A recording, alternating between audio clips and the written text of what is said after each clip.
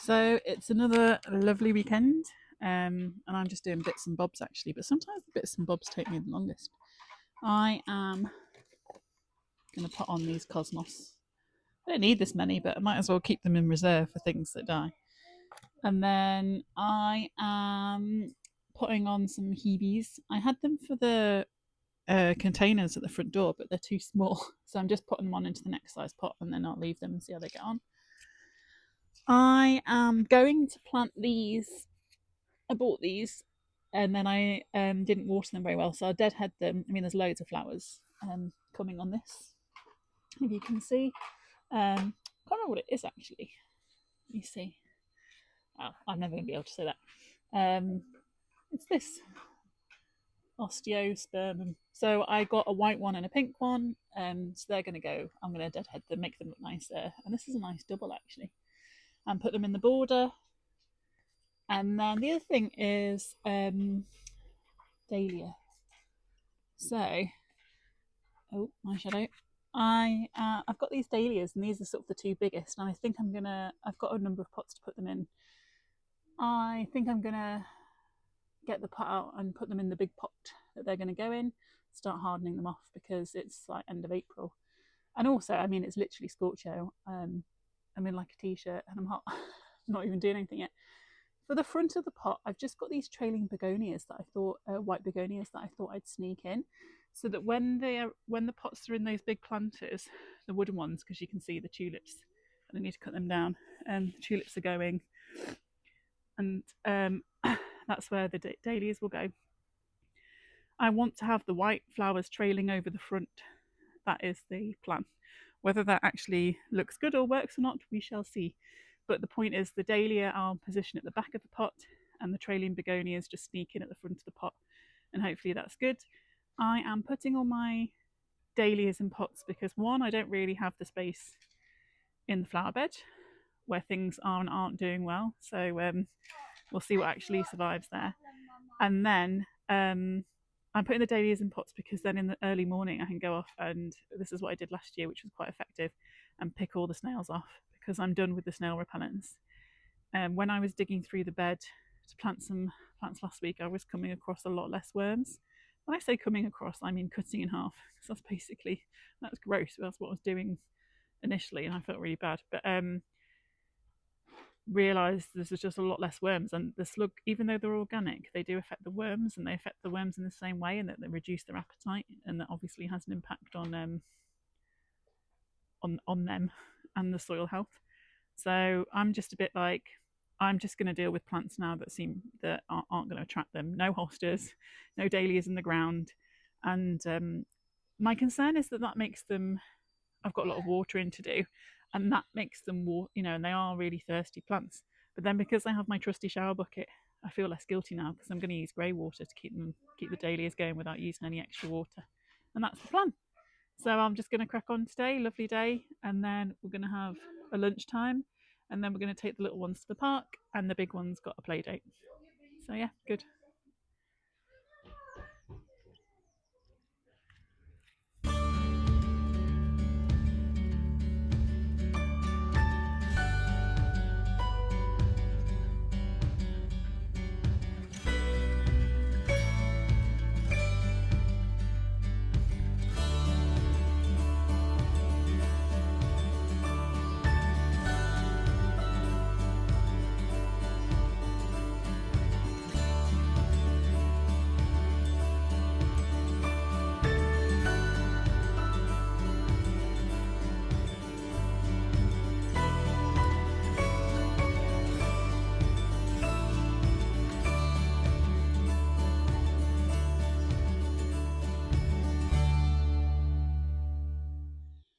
That turned into a whole bigger deal than it should have been. You see those massive rocks I pulled out? That's what I was hitting with my trowel, and I was like, no, I'm not giving up with this ball planter thing. I'm going to actually go and get these rocks out. They're bloody massive.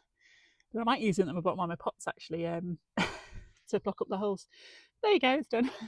The wood chippings are doing their job in terms of, I just wanted them as an extra layer on top of the soil just to stop or slow down the moisture. But because the plants are still so little, you know what, this clothesline peg has been part of my journey from the beginning of making this bed.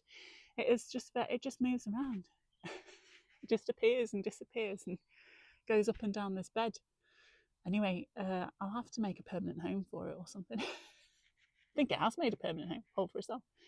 Anyway, but you can see in the background there my little snapdragon plants and stuff. And just because the plants are so small, and over here as well, I don't want to put too much bark over it because I want them to be able to get, light. So I still got some bark left, and I'll do it when, probably in another month's time, when I've finished planting. I will finish it off and make sure for summer it's got, things are clear enough of the ground that I can put a proper layer down. But yeah, and the other thing is, when I do dig that deep, I just realise how sticky it is. I mean, it's dry on the top, but it's so sticky, like really like Play-Doh-y, that it will be, what I'm going to do this year is just see what does well in this soil, and then I'll build on that next year, because definitely some things aren't doing that well. Alliums seem to love it, which is funny actually, because I thought they needed well draining, but all the alliums that I planted basically are coming up. So that's interesting. And I love allium, so it works for me. But yeah, so what I'm going to do is just leverage what will actually grow here and what does well. So, and then next year build on that. I'm not going to try annuals again that I'm really struggling to get going, like the ranunculus and stuff. But yeah, anyway, I'll crack on with the other one. Hopefully it won't hit a rock. There we go. They're all done very quickly. We'll water them in a minute. But yeah, they grow so fast, don't they? I need to pinch them out, I think. And I know it was just a variety of colours. I don't have space for all these plants either, so I'll be giving some away. But all right, I'm going to crack on with the dahlias and the hebes and keep going.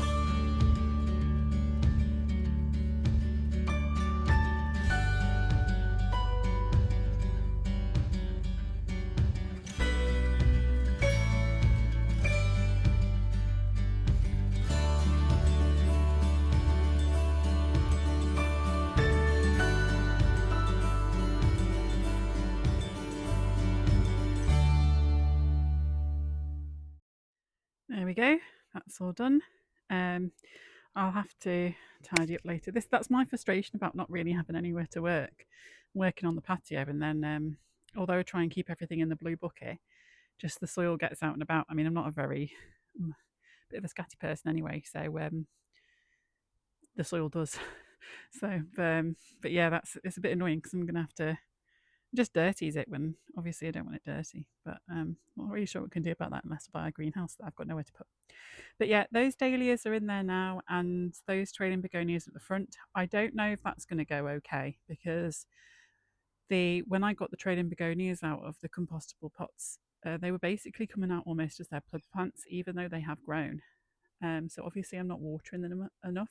I think those compostable pots must dry out quickly in the conservatory, and then the soil dries out, and then they're just sort of staying in their little plug planty things. So for all the others, I'm going to start making sure I water them every morning, to make sure they're establishing in their little pots before I put them on. And then, but yeah, so they're quite similar dahlias. They're sort of these ones that I think they are, right, in theory. So this one's like totally tangerine. But this one here was the same, was very similar. It was actually last year. If you look at my last year's videos, you can see it in the pot, and it's a pink version of that, basically. So I think that'd be quite nice in the planters, because there'll be like an orange and pink version of each other. The hebes have been potted on, so hopefully over the summer they'll get big enough to go in the pots outside. Cosmos are potted on. I've done these 3 little Amelias, although they were the weak ones, so I don't really expect them to do much. But I'm getting another planter off my in-laws, so I thought, oh well, I want to put the Amelia in there. So I have done that in there, and we'll see if they survive. And then, as previous, these ones have gone in the stony ground, so that's good. Keep them watered. And then I forgot I had some hellebores. The ones that I planted here a couple of weeks ago are doing pretty well, surprisingly, even though it's basically deep shade. I really like that. That's my Poundland bare root. It was £2. Don't know what it is. I'll have to Google it because I do really like it. And then my azalea that is coming on very slowly because it's, say, in deep shade. But these hellebores are doing all right. It looks like. And then I got like a job lot basically online, so I've just planted them, and then I'll keep them watered and see how they do because I've tried so many plants here. That's the impatient, I think it's called, that I planted that has not grown at all. Although again, when I was planting around here, I think I dumped quite a lot of used compost on this bed, and it was quite fine and dry, unlike your normal clay. So yeah, I'm gonna have to. It's the watering, I think, that I am underestimating. So yeah, so we'll keep on top of it, and then I'll just show you how things are going. They are going to go get emptied on the compost, and then this is my rose. All the roses have come in, and I'm so excited. Although again, this I do notice it's all a bit slower. I need to tie that in to over there. And then the problem I've had with my roses is aphids. So that's disgusting. I have put some soapy water on them, and I'm going to spray on them, and I'm going to do it again tonight, and then try and clear this because that's what I did on the other one that was covered in them, and they did go because I'm not having that. I did actually leave them on my sweet peas last year because it was like, oh yeah, it's a bit harmless, and my sweet peas totally were annihilated, so they're not harmless. But yeah, I can see these are coming. And then hold on a second, I've cut down the tulips, so they've gone. So I'm just leaving these in here. These are the little, I think they're called Iphidian, but I really like them. I think I'm going to get into white flowers in pots and things to set off the colours. There's the armeria that we potted. There's the lemon tree, which I had some stones actually to cover, which does make it more Mediterranean kind of thing.